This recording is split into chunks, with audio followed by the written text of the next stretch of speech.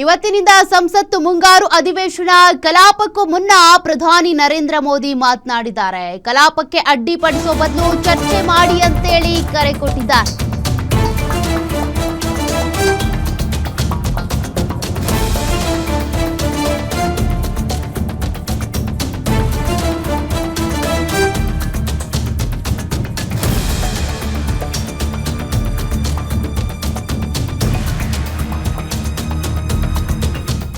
ಮಧ್ಯಪ್ರಾಚ್ಯ ಯುದ್ಧದ ನಡುವೆನೂ ಕೂಡ ಭಾರತದ ಆರ್ಥಿಕತೆ ಕುಸಿದಿಲ್ಲ. ಇದು ಪ್ರಧಾನಿ ಮೋದಿ ಅವರ ಮಾತು.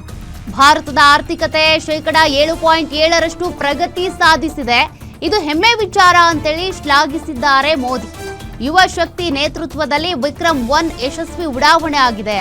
ಕೇವಲ 1 ತಿಂಗಳಲ್ಲಿ ಭಾರತ ಐತಿಹಾಸಿಕ ಮೈಲಿಗಲ್ಲನ್ನ ಸ್ಥಾಪನೆ ಮಾಡಿದೆ ಅಂತ ಪ್ರಧಾನಿ ನರೇಂದ್ರ ಮೋದಿ ಕಲಾಪಕ್ಕೂ ಮುನ್ನ ಮಾತನಾಡಿದ್ದಾರೆ. ಈ ಮೂಲಕ ಕಲಾಪಕ್ಕೆ ಅಡ್ಡಿಪಡಿಸುವ ಬದಲು ಚರ್ಚೆ ಮಾಡಿ ಅಂತೇಳಿ ಪ್ರಧಾನಿ ಮೋದಿ ಕರೆ ಕೊಟ್ಟಿರೋದು. मानसून सत्र भी प्रारंभ हो रहा है. मानसून हो या मानसून सत्र, अगर दोनों प्रोएक्टिव हो तो बहुत ही प्रोडक्टिव होते हैं, और दोनों को प्रोडक्टिव होते हैं तो देश का कल्याण होता है, जीव मात्र का कल्याण होता है. और इसलिए हम यही प्रार्थना करते हैं कि मानसून भी प्रोएक्टिव रहे, मानसून सत्र भी प्रोडक्टिव रहे. साथियों, पिछले 1 महीने में देश ने अनेक सिद्धियां प्राप्त की और देशवासी गर्व से भर जाएं, इस प्रकार की सिद्धियों का सिलसिला चला है. चाहे राष्ट्रीय हो, अंतर्राष्ट्रीय हो, और अब तो अंतरिक्ष भी हो.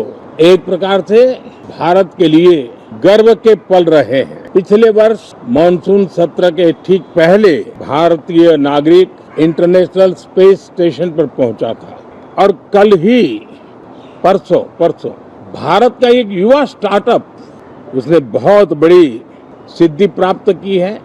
विश्व के कम ही देश हैं जहां इस प्रकार से प्राइवेट साहस हुए हैं, और भारत के युवाओं ने अंतरिक्ष में नई उड़ान भरी है. बहुत बड़ी सफलता है. और ये जो स्काईरूट स्टार्टअप है, उसमें जो नौजवान काम कर रहे हैं, मुझे बताया गया उनकी पूरी टीम की जो एवरेज एज है वो सिर्फ 28 साल है. ऐसे नौजवानों ने ये काम करके दिखाया है. मैं किसी 56 साल के नौजवान की बात नहीं कर रहा हूं. मैं देश के ये स्टार्टअप ने 28 के एवरेज वाले नौजवानों ने